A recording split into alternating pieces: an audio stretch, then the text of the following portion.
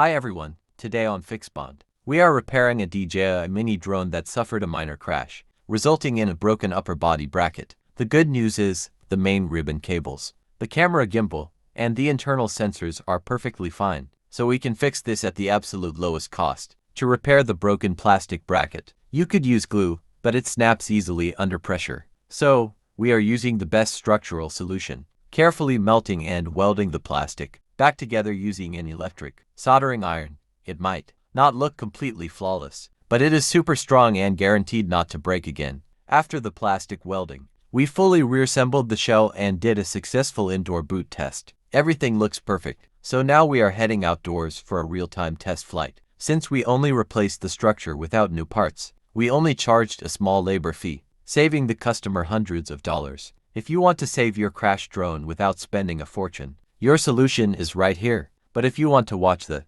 complete plastic welding and outdoor test flight, stay tuned.